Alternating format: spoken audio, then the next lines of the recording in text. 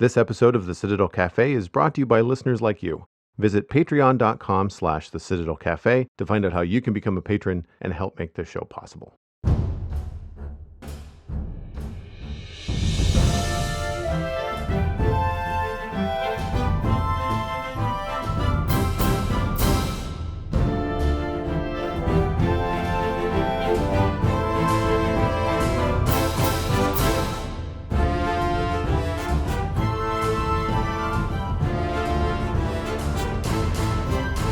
This is the Citadel Cafe, episode number 350 for Wednesday, February 19th, 2020.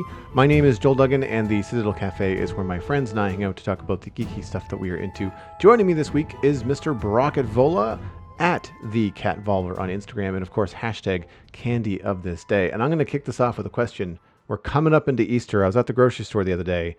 Is there going to be a Candy of This Day edition for the Easter season? I did an Easter 2 years ago, I think. And if you look at the hashtag candy of this day, I believe you can pour through and get some there. I did 3 different chocolate bunnies, and I believe I did some Easter riffs on some different ones. And then, of course, I did 3 Cadbury egg types, regular, chocolate, and caramel. Caramel. I don't know which one you say in Canada. I like the peanut butter ones. I'm a classic Cadbury cream egg, classic guy. But if we're gonna deviate, I enjoy like the Reese's peanut butter cup version. Oh, sure.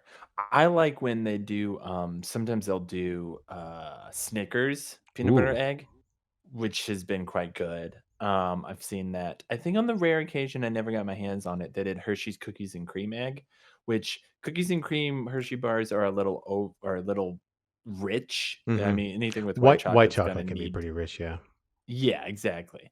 But in egg form, most of the time when you're hitting those, if you hit them just the one time for that season, like I think I have one Cadbury normal egg once a year, and it's around Easter or after Easter when it goes on sale, and then I'm done for the year. But then like it comes back around, and you're like, oh, I'd like another one of those, please. So it's sort of a nice once a year sort of seasonal treat. But Yeah. I don't have any plans for Easter. I did do some random ones. My wife's sister's family sent me some lovely treats. Um, 3 chocolate bars and 1 Turkish delight. And I did those. And so if you have anything for me to try and you want to send it my way, you can always try and contact me through one of those sources, and I'll gladly do it outside of the holiday season being the month of October, in which I have now for 4 straight years, I believe. I'm no Piper Thibodeau. I'm no amazing like over 1,000 Right. in a row, but like I've managed to not miss any of the 31 days for the last 4 years. Nice. That's a I've come fun close. it's a fun commitment though. It's a cool thing that people can expect, and it's like me when I do my Christmas pudding, in the holidays. I, for no other reason other than kind of just talking with friends and taking some downtime, share that process on Instagram. And I now will have people ask me, "Have you made the pudding yet? When are you making the pudding?" Like people just like kind of looking over your shoulder as to what's going on, and it's a fun, unique thing. I don't know of any other people that are reviewing candy on Instagram, right? So, Well, what's funny is the funniest thing you say about that is my wife has commented on your Christmas pudding. She kept track of it this last year. I do. I remember She that did. now. Yeah, yeah. She was Because most of the time people are like, "What the like, what? What?" It's like everything makes sense, Joel. Why is there beef suet on the counter? Why Yeah. is there cow in the Christmas pudding? It's an odd conversation I have to have with people, but my pudding came out pretty good this year. My sauce I think did really well, and I'm sort of leaning into a better way to do the sauce. But I and this just comes into practice. I had an extra pudding because my dad was making some to give to friends, and he decided this year to just double check and see who likes it, doesn't like it, because as people get older, sometimes their dietary restrictions change, things bother them, whatever. He had a couple of friends say, Mhm. actually, you know what, Paul, we love it as a gift, but honestly it's wasted on us, you'd be better to find somebody else. And so he had an extra pudding, so I got to have a chunk of dad's pudding and then compare it to mine. And Oh, they taste the same ish, but dad's texture is different. And so I'm curious as to what, because it's the same recipe. I got it from him. But yeah. because of the way that you have to mix it all together and, boiling it, I don't know whether I've overboiled it before or how maybe it's because of how I let it rest, but mine always has a very flat bottom and it tends to be very, not very. It tends to be a little bit more dense on the bottom, whereas Dad's was when I cut into it, it was really even. Like the raisins and the flour and everything was very even in terms of distribution. Where mine had tended to be a little bit on the low end of it, like a little bit more raisins kind of Uh, at the bottom. And it probably comes to like the pot you're boiling it in, how long you boil it in, and where and how long you let it rest before you cut it.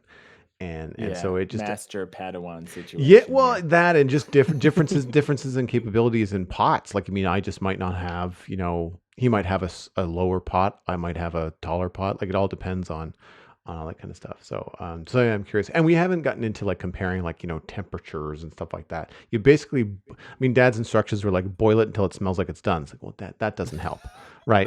Like Yeah. I need to know some metrics and stuff like that. But I've been keeping notes over the last few years, and especially with the sauce. The sauce I find was off from what I remembered it. It's hard because like I have very specific memories of this pudding and enjoying it as a kid, and then not really getting it much until Dad started making it again, and I started making it as an adult. And I've been doing this for probably 10 years now. And I'm always adjusting the sauce because I want it to taste a little bit more like I remember it. But the problem is, I think that as a kid, when you have brandy sauce, it tastes really strong because you don't drink alcohol, Yeah. right? Oh, for sure. And so there's a lot of brandy in the sauce. There's a decent cup or more of brandy in the sauce, but but that's not what you get. Like, I mean, it's a topping. It's not like you have a glass of sauce. Like, I mean, it's kind of over the pudding. Um, but still, to a someone that does not drink, it would taste very strong. Whereas I've, as an adult, gotten into scotches, and so I mean, I drink straight alcohol all the time. I don't even like rocks. I don't even like my drinks on ice. I usually prefer them straight, Hmm. neat. So for me, I'm just like I'm adding brandy and I'm adding brandy over the course of the years and trying to figure out like how to get the right balance. And I finally sorted out. My all my friends that get it are just like, yeah, this sauce is great. All the parents love it, right? Okay, it's all good. Um, Oh, but now, I so will now say, I'm on the path of perfecting the pudding. Like I've got the sauce down, and now I'm moving on to the pudding.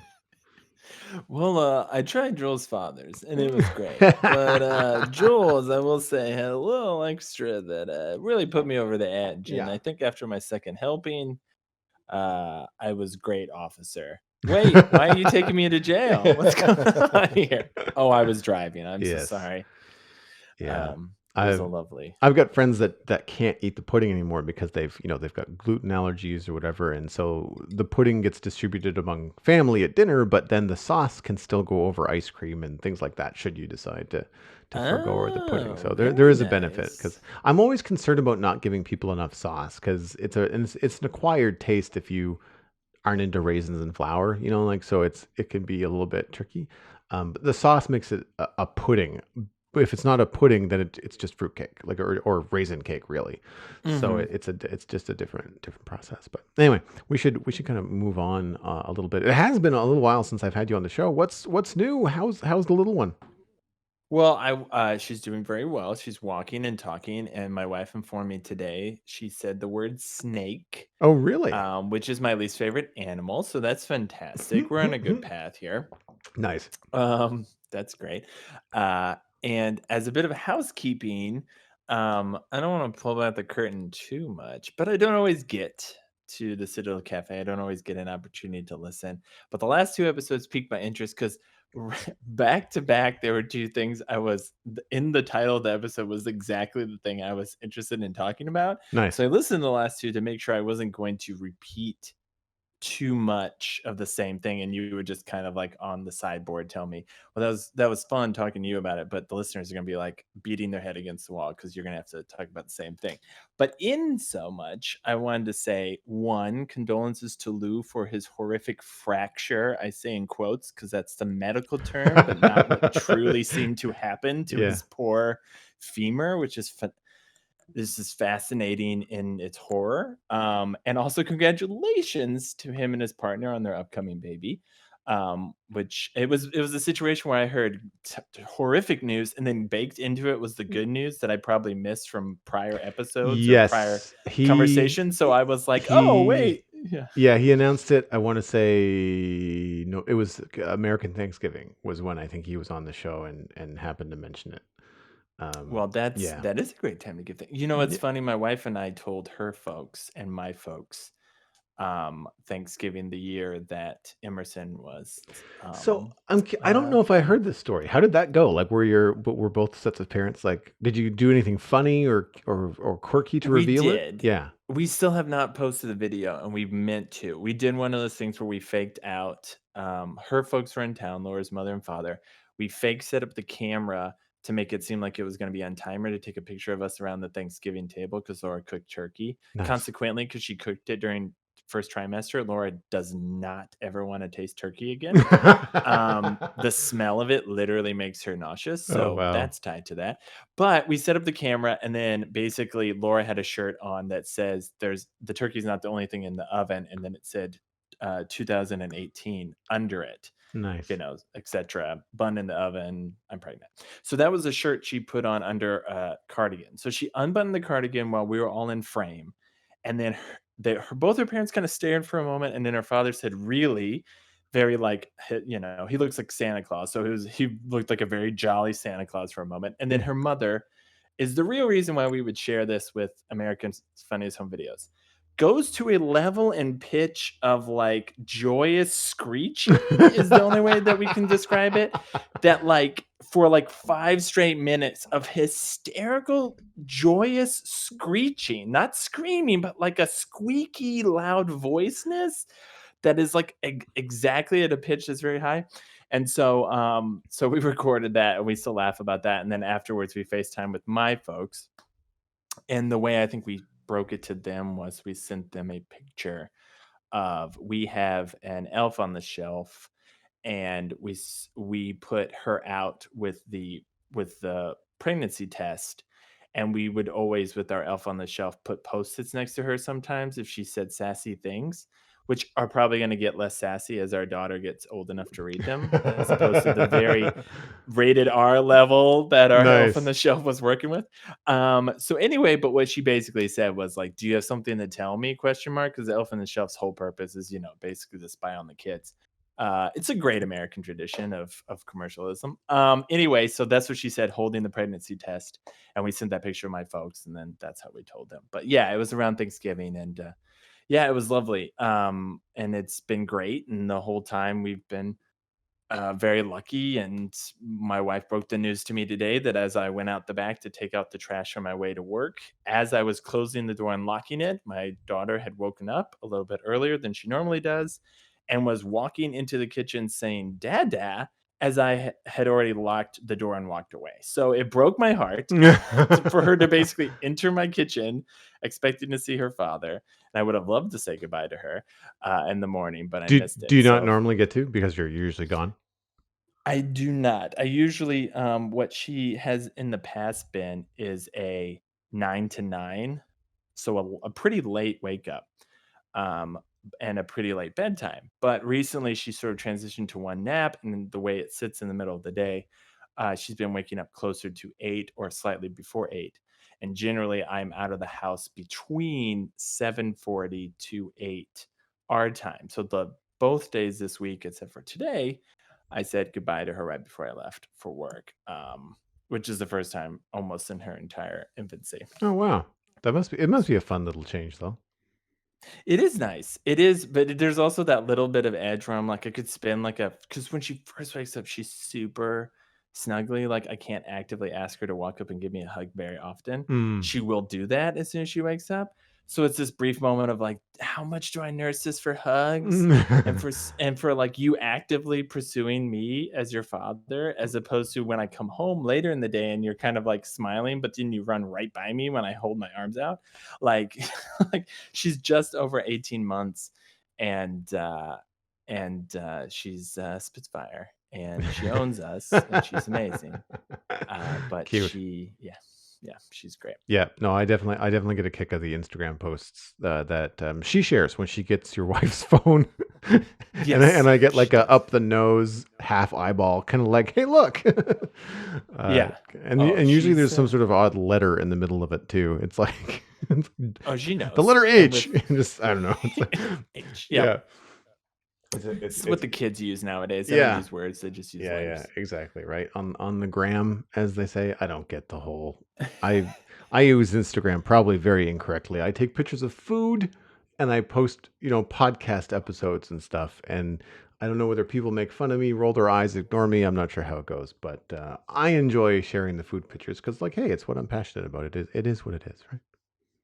Absolutely, absolutely. And I'm sorry for your sickness and your continuing back issues as Oh, well. I thanks, didn't wanna man. leave you out of the I ailments appreciate that. that I heard. I'm still a little under the weather in terms of my voice. I feel okay, but I'm sounding worse for wear. I just can't seem to shake it. Actually, earlier this week, I thought it was going to move into like a sore throat. I was a little concerned after podcasting on Monday, but seemed to be okay. Mhm. We seem to be in the clear. I am finally getting my feet back under me at the gym as well. Exhausted, but at least I'm able to keep up with the workout routine again, which means my back is a lot happier because inactivity is actually the worst thing for my back. Sitting and Mhm. doing nothing and resting, which is what you need when you're ill and have a fever. But after 5 or 6 days of that, my back was just like, okay, I understand that you're sick, but like we can't have any of this. You got to start like Yeah. pacing the house or something because it's a real problem. So I've been one of the reasons why I joined the gym this winter. One, it became accessible and affordable, but also because I can move on. I can get on the treadmill and walk for as long as I want now. Oh, nice. I'm usually a jogger. Like I like to run. I'm trying something new. Just researching a little bit online, getting back into fitness, and realizing that running may not be the best thing for me all the time. And so I'm trying some steady state walking. It's intense. Like it's as walking about as fast as you can without feeling like an idiot. Um, but but it's better than walking around the city in slippery conditions, right? I mean, when it's winter outside, I Right. mean, you're in a northern, city, that ice and snow and wind and all this kind of stuff. Even if it's not dangerous, it's bloody miserable. So like, I don't necessarily want to be out in that kind of stuff. So being able to do that kind of thing at the gym has been helpful. Also, I'm back into weight training, and I find that I may be sore or a little bit tentative, like the day of because I've put myself through a lot, but the next day I find that I'm a lot more stable. Like my back in the long run tends to really like the stability training and all the stuff that I'm doing versus sitting. And my next mission is to try to find a much better chair for the office so that when I am sitting, it's not as big a deal. But I Nice. have a little bit of housekeeping too to get out of the way.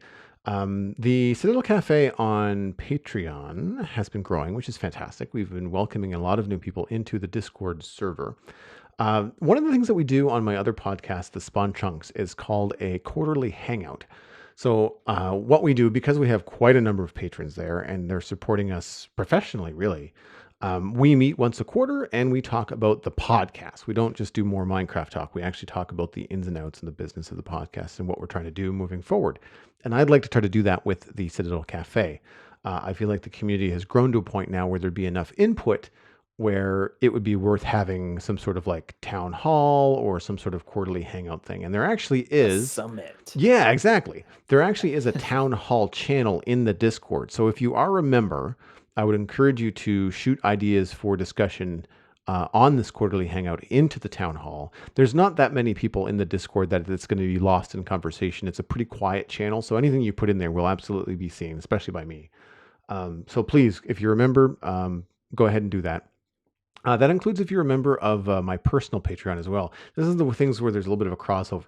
The Sizzle Cafe, where it's a smaller podcast, it shares the Discord with my personal video and streaming Patreon. So if you're supporting my Patreon for videos and gaming and stuff, which is patreon.com/Joel Duggan, or if you're supporting the Citadel Cafe on Patreon, or if you happen to be a Twitch sub, then you're in the same Discord. You're all in the same little ecosystem.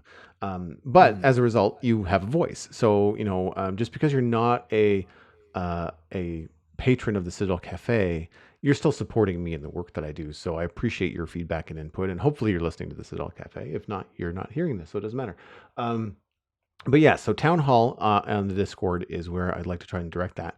I am going to try to come up with a set of goals, some ideas for moving the show forward. I would like to discuss that with the listeners and the people that are supporting it. So we'll come up with a day and a time, and I'll do something live on Discord where I'll be on audio and everybody else will be in the chat, and we can kind of hang out. I might see if Megan or Lou or you or some other people are available to see if that's something that you're interested in. But not Brockett. That's the important part, That's what I folks. said. You You. will be I said safe from no. I Brockett. said you. Did Oh, I thought you said Lou or or Megan you? or oh, You thought I you. said you Okay. thought I said Lou the second time. I thought you were like Lou or Megan or long pause. Lou. Like I really want to make sure that the folks know that That's funny. No, it no, will be these the people who will hosts, be all of available. us. Yes, if you're around at the time that is convenient for people, then obviously be more than welcome to come in and talk about it. If you're not a member on the Discord and you have some ideas on what might make the Discord enticing to you, then email me at thecitycafe@gmail.com. I'll be sure to get those. And we'll go from there. So that's it for my little Patreon spiel. We'll talk in the Discord and we'll sort that out from there. The other little bit of information, which is not really a story as it is just a fun tip that I want to share with you guys. Netflix has enabled the ability for users to turn off autoplay preview when you're browsing the website. So if you're ever going to a show or something and maybe you're really excited about it and you don't want to see any spoilers or you don't want to even watch a trailer or you're trying to do something quiet and yet this loud thing, Mhm. plays in the background, you can go to your account settings, down to my profile and playback settings, and then uncheck autoplay previews while browsing on all devices. And that will stop the auto Oh. video that happens in the top player or on your set top box or whatever you're using Netflix. It just turns off the auto preview everywhere. Now that's not the auto play next episode. That stuff still happens. But if you, which is good, I don't mind it that much. But the play preview stuff as automatically, it's like the one of the cardinal rules of the web. Don't play audio unless I want you to. Oh, Uh, for and sure. Netflix has been breaking it for a very long time. So you can now turn that off. And if not, from my instructions, you can Google it, and there'll be instructions on how to do that. So um, I don't have a lot to talk about this week. I have more things to say. Either don't watch this or meh, and so I can go through those pretty quickly. Basically, every once in a while, I notice that I have started a number of things, all with the intention of having something cool to talk about on the podcast, and then I fail and fall off because they suck. It's a pilot season. You do that, right? Like every once in a while, you'll go through and check out the first few episodes of a series. I feel like I Yep. do this when there's a lull and I'm waiting. Yep. I call it pilot season because usually, like you have experienced, you check out like 4 or 5, and then suddenly you're like, well, pass, pass, pass. And Yep. then you move on, or you grab one that, Well, exactly. And I catches. just kind of let it happen organically. Like I don't sit there and necessarily try to review them. I just kind of want to watch something on my Saturday Hmm. night and escape. And it either Hmm. compels me to keep going or I ultimately bail because it's not interesting. Um, Example A, Six Underground, a Michael Bay film on Netflix, which is, of course, your first two warnings, but it has Ryan Reynolds in it, who I really enjoy. I didn't recognize any other co-stars that he's with, but I thought, well, hey, if he's in it, it might be good, and then those other people might also be good because Ryan Reynolds tends to like produce and get involved in projects, so it might be something worth checking out. It's about basically a guerrilla team that they're dead. They're 6 feet underground, and they are. basically doing secret operations. He's the multi-billionaire financing the whole thing, and then everybody else has got special skills, and they all go by numbers: 1, 2, 3, 4, 5, 6. Um, Now, the opening sequence was, I mean, it's a Michael Bay film, so it's an action movie. The opening action shot was sequence was a cool car chase, kind of like Ronin, but with, like, Ryan Reynolds humor in there, and some characters, and you kind of get like, yeah, there's archetypes and kind of some stereotypical stuff, but it's nothing that you haven't seen before. But it's kind of a fun turn your brain off. Then they switch to the let's talk and explain what this whole thing is. And it is the longest, boring opening 20 minutes of a film I have ever experienced. And it just feels so done before. Like nothing in it is at all imaginative. It's Mhm. bits and pieces from other movies you've seen many times over, uh, and including some stuff that you just realize, oh, that's right. In case I forgot that it was a Michael Bay film, here's the gratuitous model shot on a scooter, which I find insulting as a dude. I can't imagine how female viewers feel watching this stuff. That's still happening. Like, I don't know. It really kind of drives me Mhm. nuts. So I bailed. I didn't get more than 20 minutes into it. So, like, an overly sexified shot of somebody, Oh yeah, like, on, like, a car, or in this yeah. case, I guess, like, a Vespa type She thing was or on a something. Vespa. They're rushing through either the Spanish or Italian or some other, fancy, fashion forward European city, narrow streets, old buildings. They're blowing stuff up left, right, and center. Could have been south of France. I don't really know. It doesn't really matter.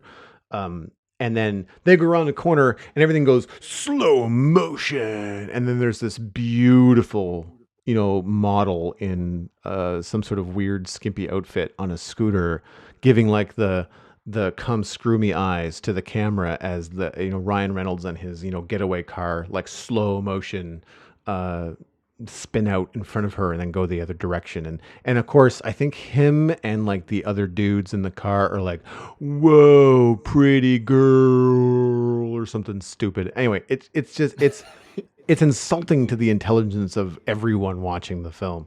So I was Right, just yeah. so right away I was just like, oh, I thought it was going to be different, but it doesn't appear to be. And then once you get into the whole like explanation for everything, it's like no. If it's a movie that needs Ryan Reynolds doing a monologue over everything to explain what it's going, it's going to be a crap movie for writing. Like it's just there's just if one of your characters have to say like, well, hey, I'm the billionaire financing this whole operation, and whew, cut to this person. He's the brains, the techie, the guru, the guy in the chair. And then fast cut to she's the muscle and the gun. And it's like, oh my God, really? I had this all figured out in the first 10 minutes. Why are you telling me again? So I Yeah. just bailed. Now, in Vikings, which is the next thing I gave a shot to, I've heard fantastic things, and it's only recently been available on Netflix for me. And I will admit, I only gave it one episode, but it was so incredibly predictable, and the main character felt like such a one-note dude that I just couldn't bear to hit next and watch the next episode because you knew what was going to happen. And Mhm. it's just like, well, I know that the main chief's spy is going to catch this guy doing something, and it's going to cause more drama, and the main chief is just a straight up asshole, and that's who he is and what he's going to be. And like every character just seemed to have one note, and it was just repeated throughout the whole 45 minutes. I was like, all right, well, I'm not interested. Have you watched Vikings? No, no, I haven't. It's one of those, that and Black Sails and Spartacus. There's, like, these weird Mm. ambiguous things that are not HBO and not Netflix at one point in time. I think Vikings was in a the History States, Channel, some I of them think. was Stars or something. Yeah, Stars. So it Or Stars. History Channel or one of those, Yeah, yeah. Stars and Show. No, so Showcase is on Crave for us in Canada, and that requires an extra subscription level. So like Crave is the base, and then an extra $10 gives you movies, HBO, and Showcase. And then in for what was it? History. What was the other one that you said? History Channel, No, maybe? no, I said History Channel. What you said? You Oh, said Stars, History Stars. Channel. Yeah. Stars is, I want to say Amazon. I think Amazon Prime Video is where Stars is, As far as accessibility, I can't really remember. It could be Crave as well. I don't really know. But yes, there's a couple of networks that have these shows, and they usually have just like one, maybe two, and I don't have Mhm. access to them because I'm not paying $20 a month for access to HBO and Crave right now because Right, yeah, no. I canceled it when Game of Thrones was over.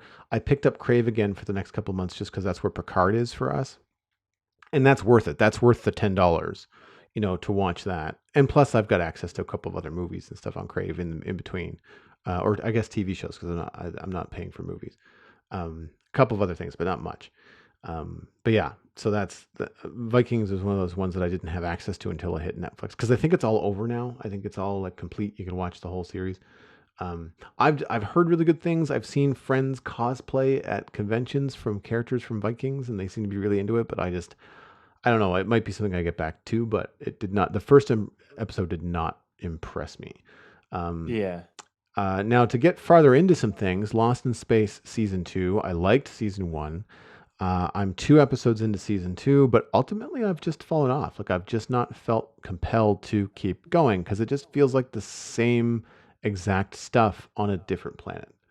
Oh, this is a shame. Yeah. Now, it could be one of those things where I need to watch like 3 or 4 episodes for it to really get going. But my argument is like it's a Netflix series. It's the second season. I don't need 4 episodes of setup. I just throw Right, me into exactly. something. I'm there. If I need to catch up, I can watch season one again. Like. Well, season 1, I remember, was not like that. They almost presented you halfway into the story and then used backtracking to sort of fill out, which I feel like sometimes is nice, Yes. particularly since when you're world building, you can so often overload people, like you said, with Six Underground, Yeah. like with too much exposition up front. So we were really gripped by Lost in Space, but it's been one of those, to be frank, we have not. The second season I was excited to come out, and now it's several months past, and we keep mentioning it along with the other shows we want to see, and we watch those other shows first. So Yeah. I don't know what it is either. I Yeah, think um it's a combination perhaps of like paralysis of choice. You've mhm, got so many other things. I have also been a little bit steeped in sci-fi the last little while, and I know you have as well, and we'll get into that. But like I feel like between The Expanse and Star Wars the movie, and talking about Star Wars in the podcast, and Star Wars cartoons, and Star Trek Picard, like I kind of feel like when I'm sitting down to watch something else, more sci-fi is not necessarily what I'm looking for. mhm. But really, I think a big part of it was a part of episode two, and I won't get into any details in case of spoilers. But I really, really don't like Doctor Smith, and I get that Parker you're Posey. Parker Posey. I get that you're not supposed to like the character, but it's a combination of I don't like the actor, I don't like the character, I don't like the writing for her, and I'm noticing a trend through all of my complaints this week is that again, she's a one note character. Now, even if she has some sort of maniacal plan or some other thing going on in the background, you as an audience member just get to see the one note, and it is boring. It's like so it's like we know everything that comes out of her mouth, you can't trust her. It's just and so when other characters do, you're just sitting there screaming at the top of your lungs on your couch going, "No! Yeah. Nothing that this character has done to this point ever would make you trust them to do anything. Why are you doing it now?" And Right, like yeah. stuff like that is like, "Oh, come on." Um so yeah, and it's not like it's like I didn't dislike it. I just noticed that I wasn't compelled to continue with season 2 of Lost in Space. Um, Lastly, I am probably about halfway through Three Below season 2, which is an animated show that we've talked about on the podcast before. Mhm. DreamWorks, Guillermo del Toro created, and the sister show to Troll Hunters. Troll Hunters, yeah. Yeah, Tales of Tales of Arcadia Arcadia. Yeah, is the world, yeah, yeah. exactly. Uh, Imaginative show. I really liked season one. It had some shortcomings. It was a little bit kiddier than I liked, but overall, I still thought it was really unique and fun. And something that I do like about that it continues is the way that it kind of treats the technology and the lore. It's different than anything that I've seen in sci-fi before. So there's less tropes in Mhm. that way in the actual world building. The dialogue is tropey, but it's a kids cartoon. I mean, like they're gonna Mhm. have those moments. Um, but I find that Uh, Visually, it's really appealing. The concepts can be really interesting, but I'm really bored with the episodic filler content. You know, like you get into Yeah. this epic battle or this storyline that is a season long, and then you take a break on episode 5 for like Lug's Day Out. Lug is the dog, just so you know. Yeah. Like, and Yeah. I did watch that episode. I thought about skipping it, but I did watch it, and ultimately, in the last like 5 minutes, they give you some sort of key bit of plot information that propels the story forward. And you're just like, okay, while I'm glad I know that, just give me another episode. Like, do it in another way. Stick that three Yeah. minutes in another episode and just chop the whole dog's adventure. Like, I just don't care. Um, Yeah. so it's one of those things that I find again, those episodes are not aimed at me. The adult are aimed at the younger kids. But I wish that when things are being made for Netflix, that they would pace it in that way. And like, you don't need to go episode by episode. You can basically end it whenever you want. You don't have to fill a certain number of episodes or a certain time frame. If an episode is 20 minutes versus 25, I don't care. Just tell the story the best way that you know how, and then move on. Um, End it. and again, there's a lot of one note characters, which it's more common in cartoons than in live action. But maybe I'm just hypersensitive to it. But there's like an Amanda Waller character in in Oh, yeah, she's not great. ultimately forgettable. Do you know who? Have you seen Three Below? Do you know who I'm talking about? Yeah, I got in Troll Hunters because my buddy, Adam, who I've mentioned on the show, has turned me on to several shows, mentioned it. I got into it.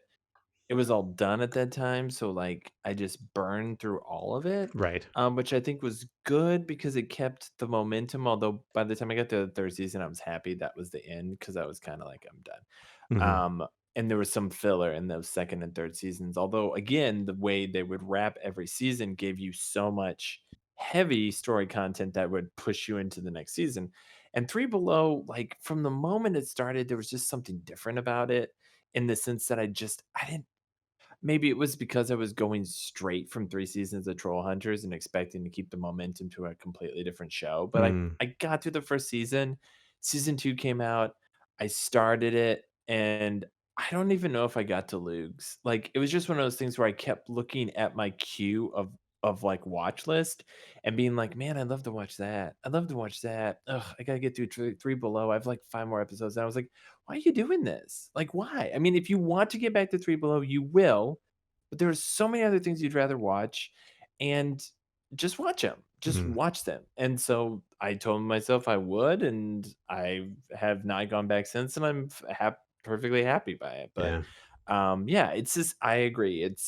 It's really difficult. It's one of the things why I really get anxious for plenty of shows out there, particularly ones that hover around that preteen to younger audience, which I get, like you're saying, a lot of these I feel like must set a certain number of episodes and must hit a certain minute counter because they're for kids. So they're telling the people producing these, like, look, we have kids will watch paint dry if it's got Mickey Mouse on it. So what we're Right. going to do is we're going to do 25 minutes of that 15 times every season.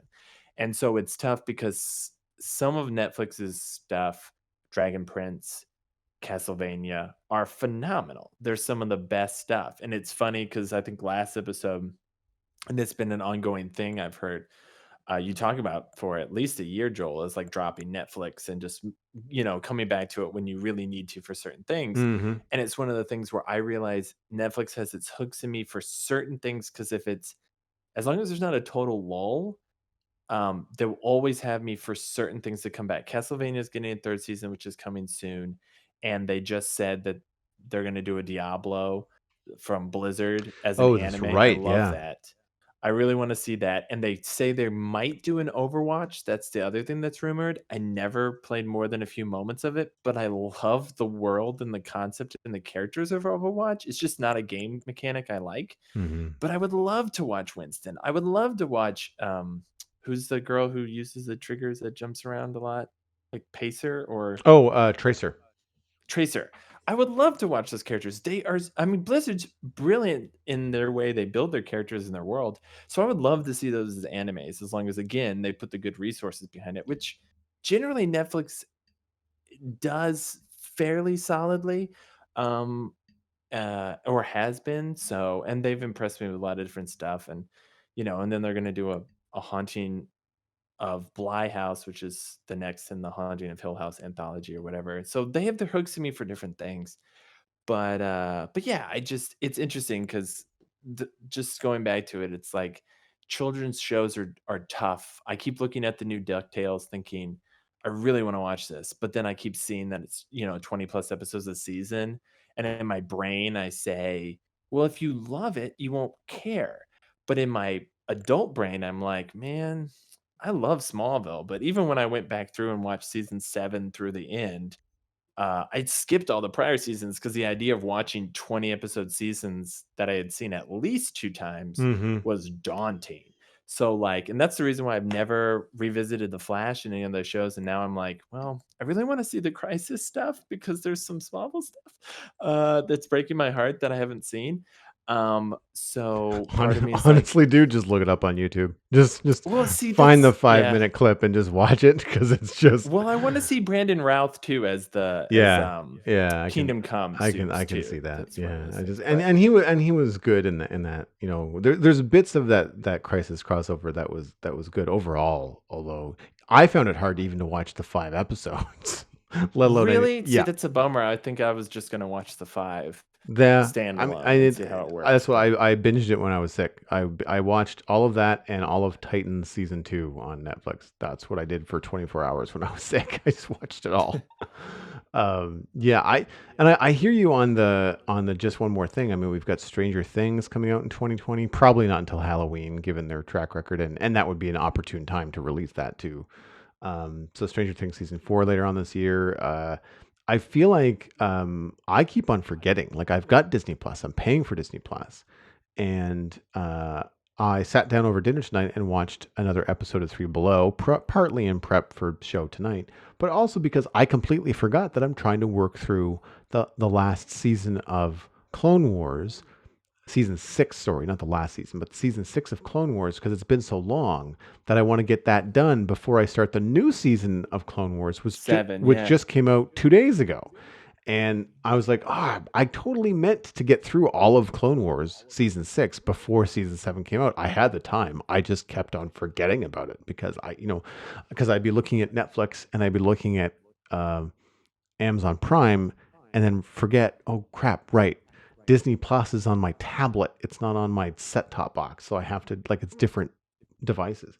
So I kind of have to get into something and then just say, okay, like if I'm enjoying this, I just kind of have to hit next, until it's done. And season 6 of Clone Wars isn't bad. Like I've watched 1 or 2 episodes to kind of get back into it. And I didn't find it a slog. Um and part of Mhm. it's probably just because I'm paying attention and I want to refresh my memory. So I'm not like bored Oh, with it. Like I'm not. This isn't season 6 of 6. This is season 6 in review that I haven't watched in 10 years or however long it's been. So, yeah. but yeah. I Have you watched this any of the Clone Wars, the new one? Don't no spoilers, but have you seen any of the new Clone Wars? No, I watched based on, again, Adam and your recommendations for Clone Wars, I watched it. And I heard you've mentioned this, I think, in your discussion, about, Rebels 2 episodes ago, 348 or whatever, but, the idea of some prequelness, like, being I really hate prequels. There have been Better Call Saul is a prequel for Breaking Bad. I didn't love Breaking Bad. I love Better Call Saul, but Saul is my favorite character.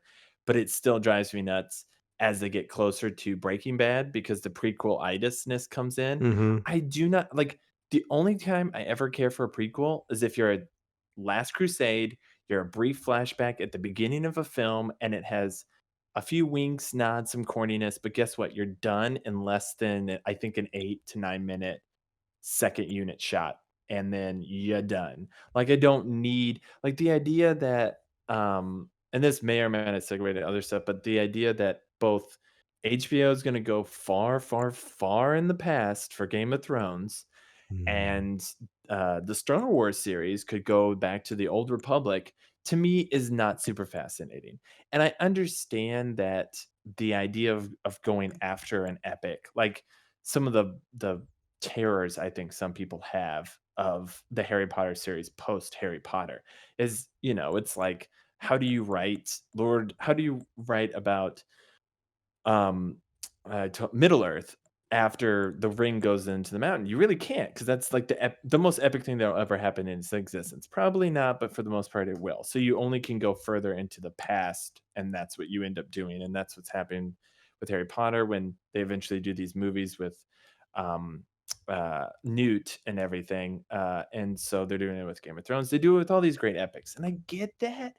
And I understand it for as a writer too, who's like trying to write like a series of books, and then this idea that like I have this mapped out plot, and then once I get to the end of it, what do I do? Like, could I possibly bring those characters back, or do I go far into the future, or do I go in the past to explain some things that are floating in my brain that happened in the past? And the thing that bothers me most about prequels is, to truly honor the original fan base, you have to have enough in there that winks or hints. And the problem with winking and hinting is it can tie your hands so thoroughly with a story that the whole time, the entire time, you're just waiting for this one character to put on this one piece of clothing or to show you why they always wear red. Mm. And then, like, by the time it happens, you might have that woohoo moment, but also it can be ultimately empty because you realize you're waiting for basically you're waiting for somebody to get you to what you've already seen rather than get you to the ending of a story that you're excited for. And that happens sometimes with prequels, that bothers me. I mean, there's much better writing, I think, now than initially with some of that stuff. And you can do prequels creatively. Like, again, to reference Indiana Jones again, technically Temple of Doom's a prequel because it takes place before Raiders of the Lost Ark, but you just don't know it because there's no point in Temple of Doom where they actively like beat you over the head that this happened before. And it also doesn't matter because it's just a different adventure that kind of feels in its own bubble. Yeah, Um, because I mean, they're meant to emulate like the older serials, right? yeah, exactly. But I will say, between the 2, and you guys discussed it as well, I think Megan and you were discussing how the Old Republic would be a cool time, um, but the thing that just really sticks in my craw, and, I guess generally I won't spoil anything for Rise of Rise of Skywalker. I always wanna call it Rise of the Oh, we Skywalker. can get into spoilers. I Um mean, like, if people haven't seen that movie, then like that's your fault. okay, Listener, alright, cool. the listener's fault, not your fault, Brockett. But Oh, sure, that's right. Well, you can blame me. It took me 7 months to see no, it took me 8 months to see Endgame. So for a very long time, I stayed away from that. Um, uh, and I bless everybody who, until one time in a random chat, somebody posted a picture, and I was like, "Well, that's fine. I could have assumed certain things, but I know for sure." But anyway, yeah, I think with Rise of the Skywalker, I had hoped and this is what happens now, I think, when really nerdy fan bases get together and everyone gets super excited about their theories, and sometimes it's correct. Everyone's like, "Oh my god, Jon Snow, Targaryen, he's got blood." And Mhm. everyone like loves that fan theory, and then it comes true and they're like, "Huzzah!" But then also you've robbed yourself of a little bit of it because you've run so far ahead of the storytelling that you're not realizing that you're flipping to the end of the book, like you have to go through the Yeah. journey.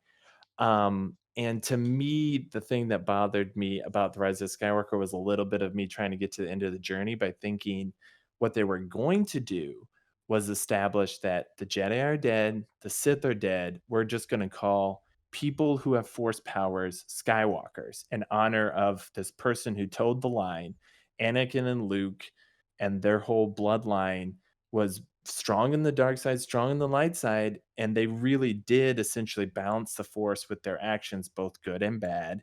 And we're just gonna call them Skywalkers. They're gonna be called Skywalkers because we don't need to rigidly think this is right or this is wrong. Like, there are definitely wrongs and there are definitely rights. But like, the thing that bothered me most about the Clone Wars and the prequels, in general in Star Wars, is this idea that Jedi couldn't have romantic entanglements. And I'm like, so you're telling me the people who are supposed to care the most about life in the universe can't express love? because if they get heartbreak, that could cause fear, and then that leads to hate. Mm. Bro, you sound so angsty and so like, I can't love anybody because I could get my heart broken and then I could destroy the world. Like, bro, get over yourself so much. Like, that bothered me so much throughout all of it. And I was like, if all you guys ever did was say, Anakin, you can love who you want. Like, we understand. Look, grief leads to some serious anger issues. Let's talk about it instead of, well, bro. I don't know why I've used bro so many times, but like, oh, hey man, you really need to not love people because when your heart gets broken, you murder a whole bunch of children. And like, maybe we could have talked through this beforehand before it got to that point. And it just, I mean, I have had moments where I'm like, man, I really hope all the Jedi die out so that people with force powers can just be people with force powers because I really don't want the continuous like, and that's why I really liked the character of Ahsoka. And to sort of get back to what you were saying with Clone Wars, like I might watch season 7 because I've been told it will kind of be Ahsoka focused. And there's some developments in her storyline in the Clone Wars cartoons that leads her into very interesting paths that I feel like are better and more interesting than what you see. I love Obi-Wan in the Clone Wars. I think you said this as well. Yes. Obi-Wan's like your favorite, right? Yeah, in the Clone Wars, I Yeah, find that because you know what happens to Anakin, you care less about what he does during the Clone Wars because you kind of know where absolutely. he ends up. And Mhm. granted, you know where Obi-Wan ends up. It's less of a clear line. And Mhm. because you know like nothing bad happens to him, you also kind of have to wonder, okay, well what experiences does he go through that then leads him to eventually be a hermit on Tatooine and looking out for Luke? And Mhm. so the adventures of what Obi-Wan went through as a general, because and these are things that they ask you about in Star Wars New Hope. Um, Luke says something along the lines of like, "You fought in the Clone Wars, like you fought alongside my father," and he's asking these questions, and Obi Wan kind of like shrugs it off, like, "I'm not telling you that story," and but you as a viewer, like, "No, I want to know this story. I want to know this Yeah. story," and I think that's what you get in the Clone Wars is a much cooler look at Obi-Wan, who, and I think the other thing is that Anakin is like this headstrong young man in the Clone Wars, and Obi-Wan in the movie is an old dude. Whereas in the Clone Wars, Obi-Wan is an adult. Like he's not a juvenile. He's Mhm. a more mature Jedi, and so you want to be along for that adventure, not the whiny Anakin stuff, right? Yeah. So Yeah. I feel like that's probably one of the appeals. But yeah, Obi-Wan is one of my favorite things about Clone Wars. He's absolutely yeah. I think he and Ahsoka are in my top 3 favorite characters in all Star Wars. Mhm. So of course you would think Clone Wars, man, you should love this series. Legitimately though, I felt like Clone Wars had a lot of filler still, Oh, and it absolutely. felt like It's a different generation. It's a much older yeah, TV show. It was never intended for streaming. It was only ever made for Cartoon Network and Disney Plus, I think. yeah, yeah, exactly, or Not a Di- not, Di- not, DX or not whatever, yeah. Disney Plus, Disney TV or the Disney Channel, the television network. XD, that's the XD, yeah, yeah, yeah, exactly. They changed the branding like 6 times over the course of 6 years, they but do. yeah, They really but do, it's like, it's yeah, crazy. but it was meant for traditional television cable consumption. Yeah, yeah. Yeah, I would probably see season 7, but I did tell my friend Adam, and I'll tell you as well. Let me know how you feel about 7 of Clone Wars, Okay, yeah. and um, if you feel like how you felt about the last season of Star Wars Rebels, Ah, you feel season 7 of Clone Wars is like that, I'll watch it. okay. Because the last season of Rebels was, again, I had all of it. By the time I got to the 3rd season, because the way season 2 of Rebels ends is so epically amazing, Mhm. Yeah, I was that's almost the really Vader let d confrontation, right? Oh, yeah. Yeah, Oh, yeah, yeah, you got Vader, you got, Ahsoka. Ahsoka, you got Maul. Yeah. Yeah, it was amazing. And you have major developments for one character, consequences. Technically, you have consequences for everybody in the episode, but except for Vader, because he's Vader. Nothing's bad's gonna happen to Vader. But for the most part, everybody else you're worried about because you don't know what happens to them. And then season 3 had some stuff that kind of like felt a little draggy, a little strange to me, but I did love the use of Maul throughout the series. Thrawn was a revelation. I was happy to hear that you also were a big Thrawn fan. Um, and I agree though that like some of the high points of season 4 of Rebels were definitely the Kanan stuff. The episode, Kanan's big episode, literally, and you know it happened. Like, that's the thing about Star Wars, like, a lot of these big moments still have those same like, they're not the exact same, but for some reason with Jedi, they have this feeling. You just get this feeling in your bones when they start talking a certain way that you're like, "Oh, crap. This Jedi definitely feels like they're Yeah, about to yeah, croak." they start Um, they start to wrap up loose ends. They start to say yeah. things that are very philosophical and peaceful, right? Yeah. They tend to be leaving instead of much like you would want to go in peace when you die. They tend to start leaving scenes in peace, and you're like, "Ooh, that feels like the end." You're talking very Yeah, much like the exactly. end. Yeah. Yeah. Yeah, so there was a lot of that feeling, but, like, even though that's there and I've complained so much about so many other things that you know are gonna occur, like, there was just so much about it that still gave me so many, like, goosebumps. Like, I agree with you wholeheartedly. They earned and built up in a children's show the relationship between Kanan and Hera, Hmm. and I'm a big gushy guy. Like, I've said Yes. this, I think, on the Christmas episode where, like, I pretty much gave Dragon Prince season 3 like my absolute like grade A plus in gold because it had romance stuff that just gave me the giggles. Like that stuff makes my stomach giggle. And so part of it is just like I finally got an earned romantic moment between Hera and Kanan in that season. Like they build it. It's not just one moment, it's several moments. And at the same time, it felt like genuine, like you said, like it felt did not feel forced. It did not feel dumbed down. It actually felt very mature to the point where I think a child would see it and kind of be like, oh, okay, but not like, ew, gross. But at the same time, like the adult would be like, wow, that was good. That was well handled. Um, and I love that. And I think for a character that is essentially built to be your every person Harry Potter, you know, Jim Hawkin, just whatever, Edra Bridger is just that person.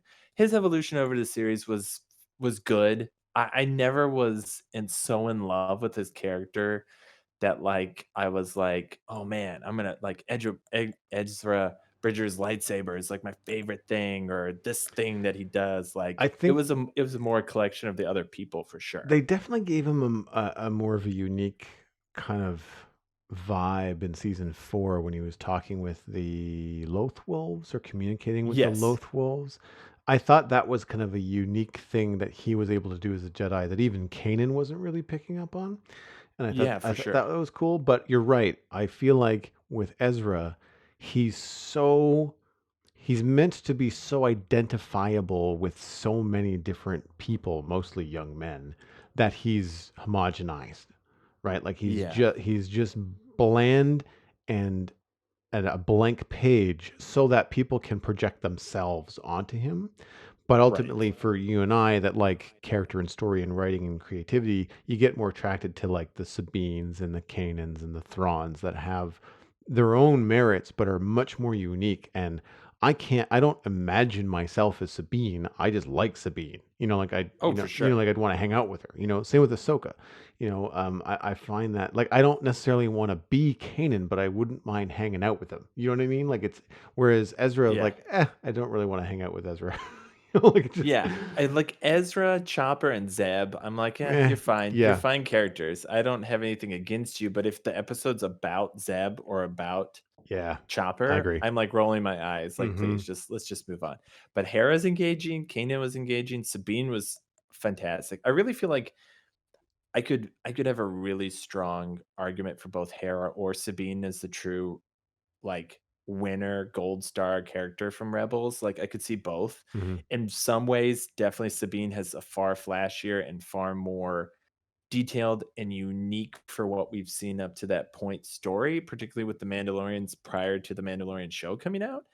Um, But I will say there's a lot of elements of, Hera that I feel like we don't usually get to see because Hera was not cocksure.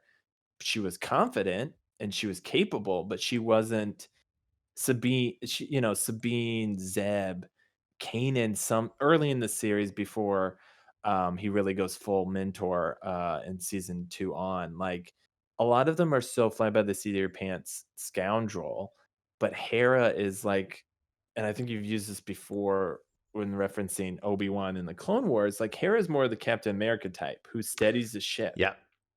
in Yeah. such a way that is, like, admirable because she's so capable, and at the same time is so she just tethers all these other people who are bouncing all over the room, but you need somebody who is a good, strong anchor to keep these people together, And it's and I funny that think you draw the she is parallel great. between her and Captain America because the sacrifice that they make is their personal relationship, right? Yeah, You know, like absolutely. it's Steve and Agent Carter, it's Hera and Kanan, um, it's Obi-Wan, and I don't remember the name of the woman that he was interested in, that he was forbidden to fall in love with, but fell in love with anyway and did nothing about it. She was a Mandalorian. I don't remember the name.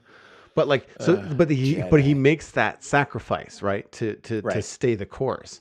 And it's the right, same it's the same thing, you know, and it's the because as a when you are the quote unquote Boy Scout character, that is the hardest thing to give up, right? Is the white picket fence dream. right. Right, absolutely. I agreed too. The flash forward at the end of the series was great, well handled. I think they touched on what they wanted to touch on. That was nice. I thought it was a total like goosebumps, but also like I don't care. Like if you've seen The Rise of Skywalker, the Lando moment at the end of that film is so cringeworthy and so like setting up for I'm something trying to else. And I've been remember. told the cutscenes. I'm trying to remember what the Lando end moment was. You blanked it out because it's horrible, Joel. He turns to this young woman who we've met only in this movie and have only seen in 2 scenes, and we were really supposed to Oh care about yeah, her and like he Finn's he invites her relationship. along for an adventure or something Oh, like yeah. that. And Yeah, it's exactly. He yeah. turns to her. Yeah.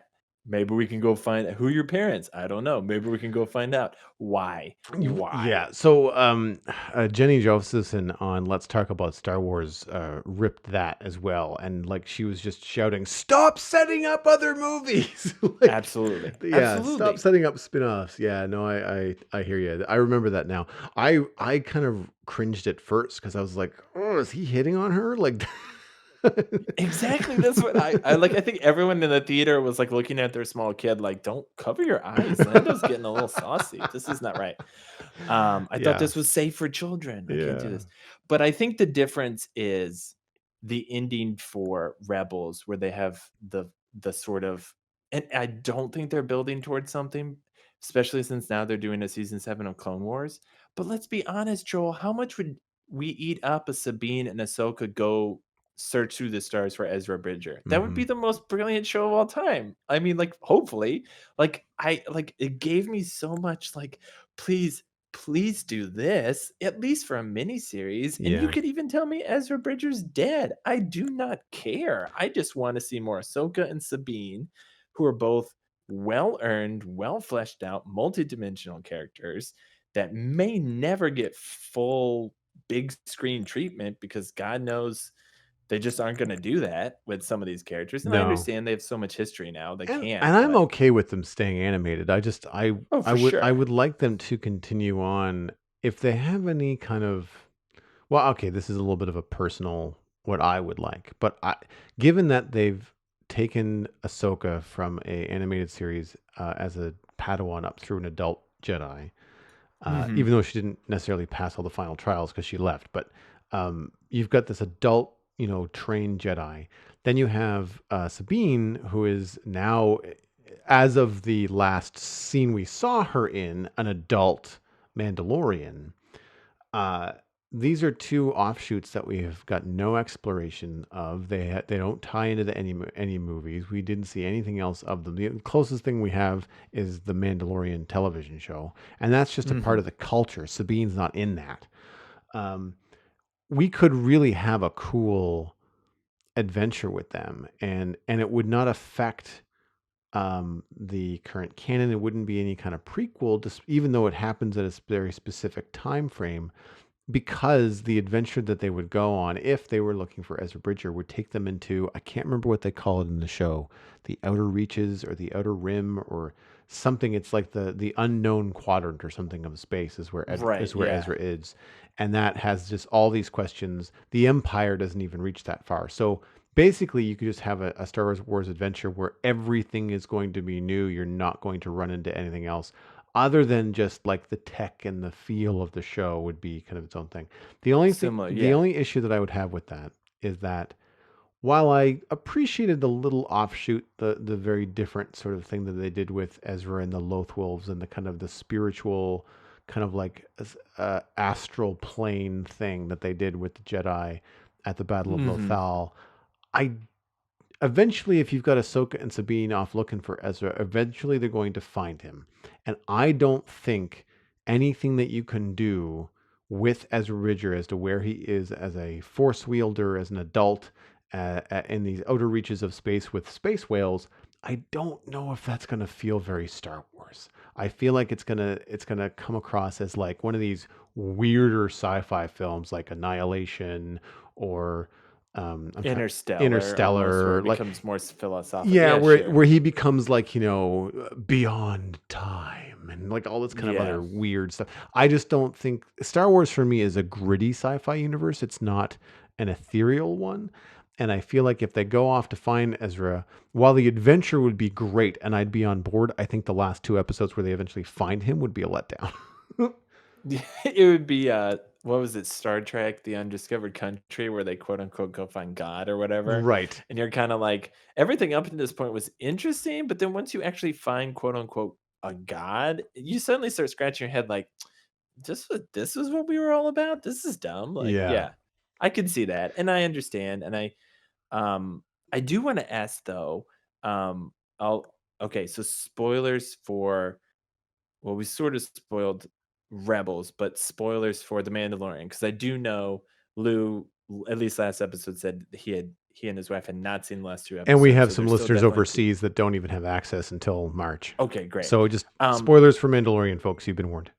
yes, how do you feel about the connection between Rebels, specifically Sabine, Hmm. and the very last shot of Mandalorian season 1? So while I think it's cool that the dark saber showed up in the Mhm. Mandalorian, I'm not a big fan of who has it. Okay. I don't like the character. I can't remember his name.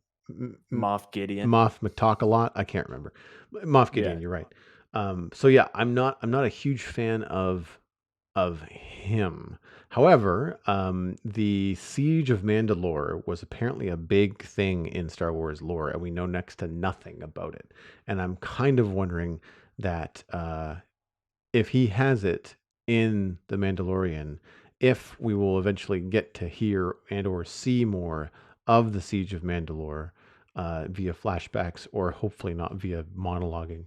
Um, about that. So while I Yeah. appreciate the fact that it's there, I'm not really thrilled as to who has it. But I think it's a neat nod, and there's more than one nod. I think um, from Rebels From to Mandalorian because he's just as excited about well, he's not necessarily excited, but he looks forward to his jetpack almost as much as Sabine does. Oh, Sabine does. Yeah, Sabine for sure. really wants a jetpack, in Star Wars, and because it's cool. And what I like so much about it is that they don't give it to her and then have her flounder all over the place. They leave that up to Bridger, right? She gets it Yeah. and can totally master it like day one.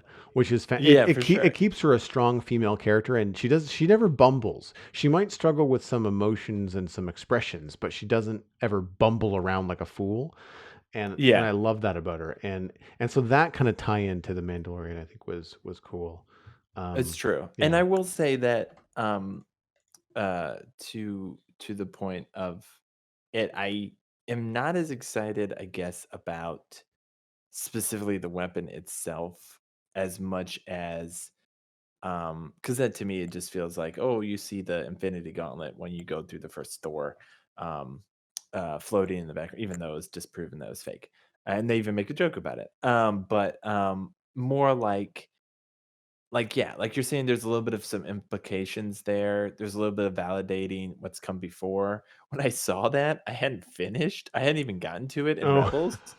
So for the longest time, like, I Googled it because obviously it was a big deal, and I saw it was tied. So I was like, all right, I'll get there in Rebels. And then when I did, it like Sabine had it, and it was one of those brief moments where it was as a prequel, at least to The Mandalorian, and in my head, I was actually actively anxious that something horrific was going to happen to Sabine because she Right? was holding it Yeah. and he has it. And so my brain said, well, she's going to have it for all of time. Something terrible happens to her. But then in the show, she gives it up, which is nice because that means whoever eventually does die or croak is not Sabine. So that's great. I'm happy with that. But when it happened, I was like, Sabine, girl, give that thing up, man. Put that in a museum because I don't want Moff Los Pollos over here to come kill you, and take this thing, you know? Yeah.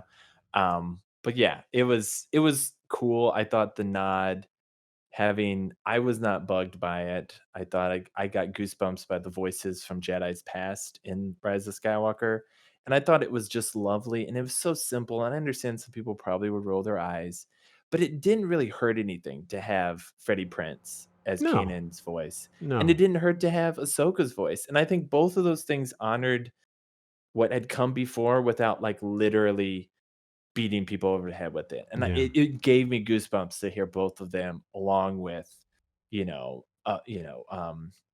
Neeson and several, Yeah. all those things. It's The just hard great. part about that, which is the having the animated voices in there gave them one hamstring, which is they can't do any visuals.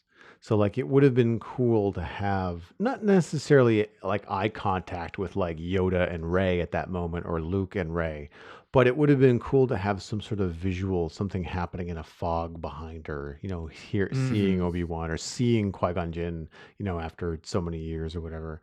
But then, of course, when you get to the voices from Ahsoka and Kanan, you can't really do that because it would be there is no real life version, right? They're animated, Right, so exactly. it's unfortunate that they couldn't do that. But yeah, no, I liked it as well. I thought it was a nice because I was still watching Rebels when I saw Rise of Skywalker, and while I don't Me think I too. recognized Kanan's voice, I certainly recognized Ahsoka's because I was much more familiar with her. She also has a very distinct voice actor that plays her, which I can't remember right now, unfortunately. Ahsoka has a very similar to Sabine. She has a very distinct female actor playing her. Yes, yeah, I will say that I mean, Freddie Prinze just has one of those voices that does, like, grab me sometimes, so when I heard him, the first thing I thought was because I was watching Rebels, I was like, "Oh, they nodded to Kanan," which was great.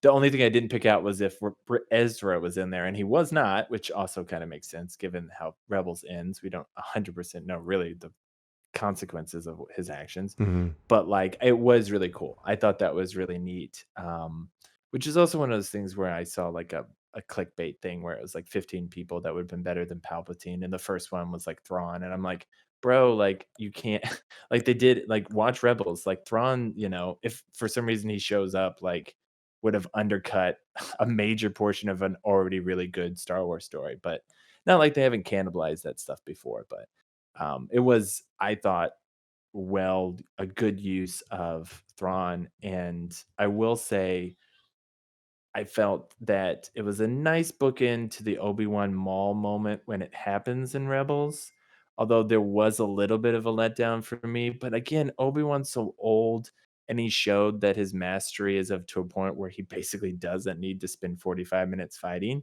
and Maul was at a point where he was so, like, just weathered down, but it was a very interesting part given how we first saw them, Obi-Wan being baby-faced Padawan, Maul being the character that everyone thought was so cool and said no words, and then where they ended up through the Clone Wars series, really, and how they could earn an actual moment in an episode years and years later. that I felt actually also put a nice button to that too. So I thought there was a lot of things Rebels did that was both original and also a nice like touches to sort of wrap up other stuff. Speaking of wrapping up, I'd say that's probably about all the time that we have for this episode of the Citadel Cafe. You can get more info about the show at thecitadelcafe.com. We'll have links to all the different shows that Brockett and I talked about this week.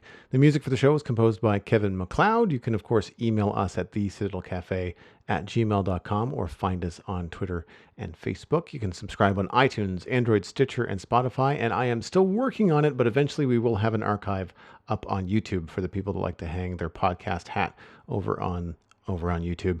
Word of mouth, though, is the easiest way to support the show. It's 100% free. Just poke a friend in the arm and say, hey, if you like Star Wars, if you like sci-fi, if you like nerdy stuff, then you will like this podcast. Go listen to it and point them in our direction. Many of the people who have decided to support us financially keep us ad-free, and I can't thank you enough. If you'd like to contribute, you can go to patreon.com/the Citadel Cafe, become a member, join the member-only Discord where we talk about nerdy stuff all week long. Ranges from Minecraft and video games to Star Wars, the latest art that we're into, tabletop gaming. There's a new channel for tabletop gaming. There's all kinds of really fun stuff over at the Discord, and that is over at patreon.com/the Citadel Cafe. Everything that I am up to online is at joelduggan.com. If you're interested in hiring me for some illustration or design, then just drop me a line there. You can check out my other podcast all about Minecraft at thespawnchunks.com, or of course, follow me on social media for things like food and the occasional video game. It's over Joel Duggan. It's all over there. I'm very, very easy to find. Twitch.tv/Joel Duggan for some live art and some live video games. A lot of really good people over there in the chat too. Brockett, when people are not listening to you on the Citadel Cafe, where can they find you? You can just look for at the Cat Volver on social media, and that's pretty much it. You've been listening to the Citadel Cafe, where we are fast, easy, and cheap, but you can only pick two.